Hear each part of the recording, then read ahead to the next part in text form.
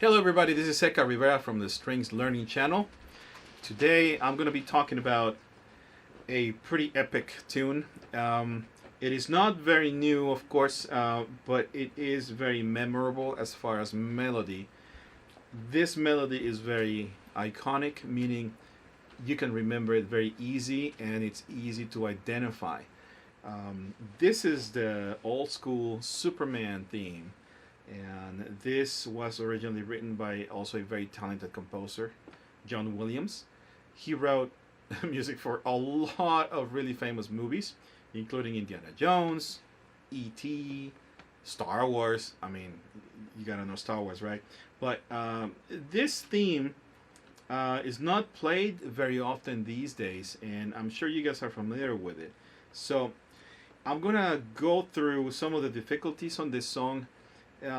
As far as specific difficult places, as far as bowing or fingerings, there really aren't that many as far as how to do them. The song just has to be played kind of fast. That's really the difficulty. Other than that, there's no specific accidentals like extra sharps and flats. There's no super difficult bow stroke techniques. So the difficulties that I can see here would be pretty much using the pinky fast. So I'm going to highlight the note where that happens. It's the E on the A string with the pinky. So as it is, it's kind of hard to stretch the pinky if you haven't used it much. So you have to reach out for this E as opposed to the open E string, because it's a lot faster and a lot smoother contact for the bow to stay on the A string and do the series of notes that you're gonna need for this. So let me get to that point so that I can show you.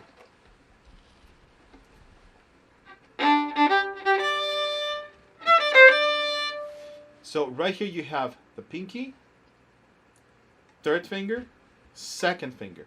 And the second finger is a natural, so it's C natural, not C sharp. We are used to playing C sharp from the beginning of our violin training, but it's C natural. You have to scoot it towards the first finger, and that way it'll be in tune. So let me do it again. Then here's your pinky. C natural, D. Here it goes again.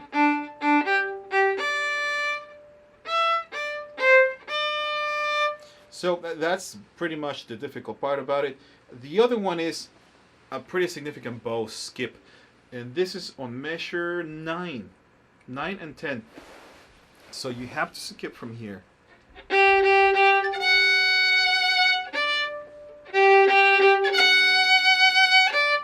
It's a pretty wide skip, you know, so you have to change the angle of the bow very fast.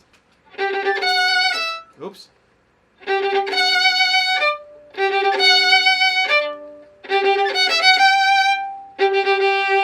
So I'll do it slow.